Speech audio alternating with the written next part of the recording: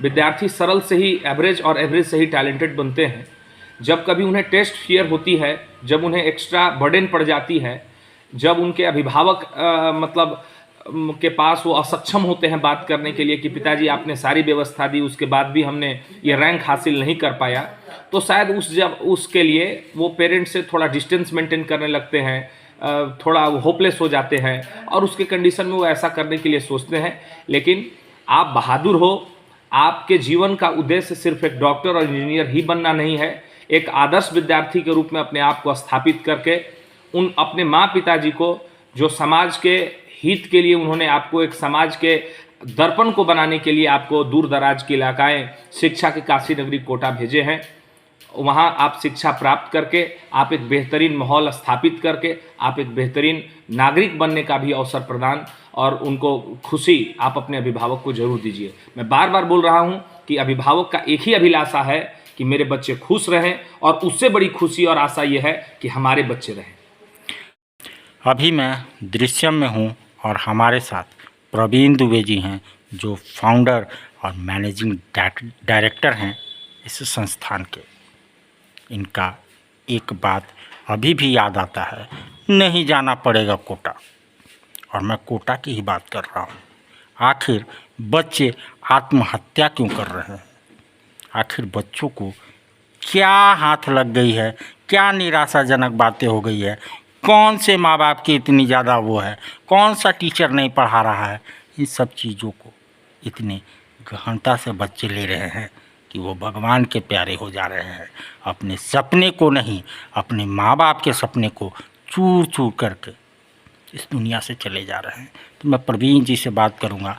प्रवीण जी, आखिर बच्चों पे ऐसा क्या प्रेशर है कि बच्चे दिन प्रतिदिन आत्महत्या कर रहे हैं, जो कोटा में इसके आंकड़े डराने लायक है? देखिए, सबसे पहला तो मैं ये कहूँगा कि जब मेजर में बहुत सारे विद्यार्थियों से बात किया तो मुझे एक चीज़ का एनालिसिस ज़रूर लगा कि 10th के बाद जब बच्चों की कैरियर की सपनों की उड़ान होती है, तो उस दौरान में बच्चे के अभिभावक जितने तरीक़ों पर आर्थिक रूप से सक्षम होते हैं, मानसिक रूप से सक्षम होते हैं, वो अथक प्रयास करते हैं कि समुचित और सुदृढ़ और बेहतरीन शिक्षा अपने बच्चों को वो ज़रूर दें। उसके बाद भी कुछ ऐसे बच्चे होते हैं जो अपने माँ पिताजी से दबाव लड़कर वो चाहते हैं कि नहीं, हमको कोटा भेज दिया जाए। वो कोटा जाते तो हैं, लेकिन उसके बाद यदि अगर उनके मार्क्स थोड़े कम आने लगते हैं, टेस्ट एनालिसिस थोड़ा सा परफॉर्मेंस ख़राब होने लगता है, तो बच्चे सोच लेते हैं कि हम माँ पिताजी से लड़ कर आए हैं, हम उनके साथ फेस कैसे होंगे, हम उनसे बात कैसे कर पाएंगे, मेरा टेस्ट रैंक बहुत ख़राब है। देखिए, इस मामला में मैं उन सारे विद्यार्थियों को एक बात ज़रूर कहना चाहूँगा, आप खुश रहें, और उससे भी बड़ी खुशी है कि आप रहें। इस चीज़ों पर आप सिर्फ डॉक्टर बन जाना, इंजीनियर बन जाना जीवन का उद्देश्य नहीं हो सकता है। आखिर बच्चे क्यों कर रहे हैं? क्या माँ बाप की ज़्यादा प्रेशर है या वहाँ के शिक्षकों का प्रेशर है? नहीं, देखिए, शिक्षकों की प्रेशर तो मैं नहीं कह सकता हूँ, लेकिन बहुत सारे ऐसे, चूँकि देखिए, जब आप कम्पिटिटिव एग्जाम्स में जाते हैं तो मैं आपको एक आंकड़ा शेयर करूँगा। जब उस आंकड़ा की शेयर में एक छोटा सा मैं आपको इसका एक एनालिसिस बताता हूँ कि जैसे आईआईटी जेई में टोटल एग्ज़ाम देने वाले बच्चों की संख्या 22 लाख होती है और कुल सीट्स मैक्सिमम 16 से 17 हज़ार होते हैं। जो नीट के एग्ज़ाम्स होते हैं उसमें 21 लाख बच्चे फॉर्म फिलअप करते हैं और अभी करंटली सिचुएशन में 91,000 से के अप्रॉक्स उनकी सीट्स होती है। तो जिनमिन बात है कि कंपटीशंस तो बहुत ज़्यादा हैं, बच्चों को एक्स्ट्रा सिलेबस पढ़ने होते हैं, क्वेश्चन से उन्हें लड़ने होते हैं। जब अगर उन्हें उनके मन मुताबिक अगर सफलताएं की श्रेणी नहीं दिखी जाती है तो होपलेस हो जाते हैं। उस टाइम पर उनको अपने पेरेंट्स से बात करनी चाहिए, अपने टीचर्स, बहुत सारे ऐसे वहाँ हैं जो फ्रेंडली माहौल कायम रखे हुए हैं, खड़े होंगे। तो कोटा वो इन्वायरमेंट देती है जिससे बच्चे और अच्छा पॉजिटिव हो जाते हैं और हो सकते भी हैं। लेकिन आम तौर पर ये जो बच्चे सोचते हैं कि ये ऐसा नहीं हो पाएगा तो हम अपने पेरेंट्स के पास क्या देख पाएंगे। मैं बार बार कहता हूँ कि आपके पेरेंट्स आपके लिए ये नहीं सोचते हैं। आपके पेरेंट्स का मेन उद्देश्य है कि आप खुश रहें और आप रहें, उनका मकसद यही है। आप भी एक बड़े संस्थान के मैनेजिंग डायरेक्टर हैं, आप क्या कहना चाहेंगे बच्चों को अपनी तरफ से? सबसे पहला तो बच्चे अपने फियर प्रेशर को दूर करें। दूसरी बात कि वो अपने सिलेबस एनालिसिस को करें कि हमें कितना और सेल्फ स्टडी पर देनी है, कितने प्रैक्टिस क्वेश्चंस करने हैं, आमतौर पर कौन कौन से हमें सिलेबस को फॉलो करना है, हम कहाँ डिस्ट्रैक्शन हो रहे हैं जो बाद की हमारी प्रेशर बन जाती है।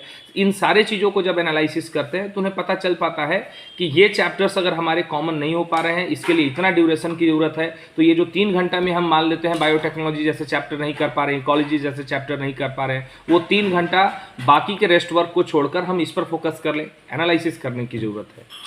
सर, नहीं जाना पड़ेगा कोटा, लेकिन बच्चों को हमने कोटा तो भेज दिया, लेकिन बच्चे ही नहीं आए। 2 शब्द इसके लिए। मेरा नाम मोहम्मद अजीम अंसारी है। मैं इससे पहले आकाश इंस्टीट्यूट रांची और भागलपुर में केमिस्ट्री पढ़ाया है, नीट और जेईई के बच्चों को, और अभी पलामू ज़िला का जो top most institute Drishyam institute है उसमें as a chemistry faculty work कर रहा हूँ। मैं ये कहना चाहता हूँ उन बच्चों से और उनके पेरेंट्स से कि आप अपने अंदर का जो हुनर है उसको पहचानिए।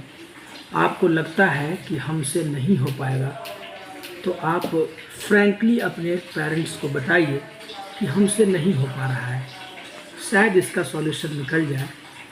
जान चली जाएगी, जीवन चला जाएगा तो आप तो चले जाएंगे, लेकिन आपके बाद सोचिए कि आपके पेरेंट्स का क्या होगा। पहले तो आप अपना हुनर पहचानिए कि आपकी काबिलियत, आप किस चीज़ में आप कंफर्टेबल हैं, आप अपना कैरियर किस फील्ड में बनाना चाहते हैं, वो आप किस जोन में आप कंफर्टेबल हैं वो पहले समझ लीजिए और उसको अच्छे से अपने पेरेंट्स से बात करिए कि हमसे ये हो पाएगा या नहीं हो पाएगा। नहीं हो पाएगा तो पेरेंट्स या फिर जो और बुद्धिजीवी लोग हैं, आपके परिवार के हो सकते हैं, आपके रिश्तेदार हो सकते हैं, वो आपको सही सलाह देंगे कि आप अपना कैरियर किधर जा कर के बनाएं।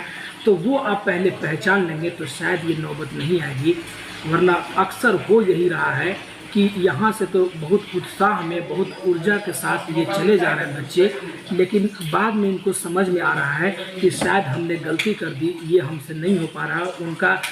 उनका टेस्ट जो है दिन प्रतिदिन ख़राब होता चला जा रहा है, रैंक ख़राब हो रहा है।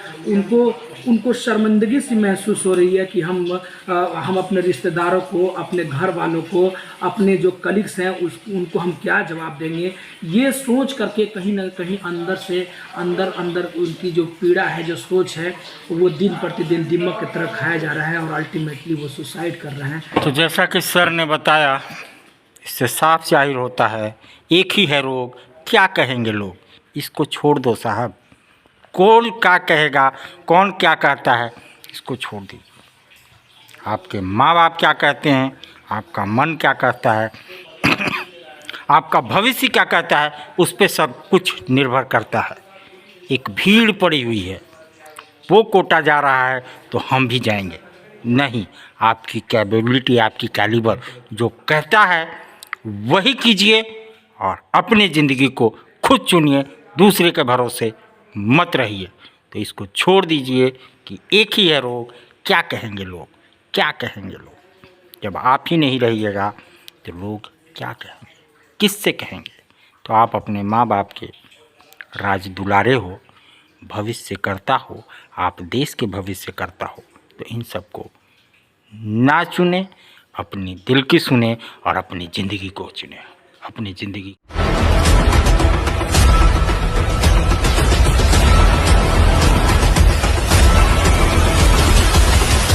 इस खबर के प्रायोजक हैं जूनियर जंक्शन स्कूल।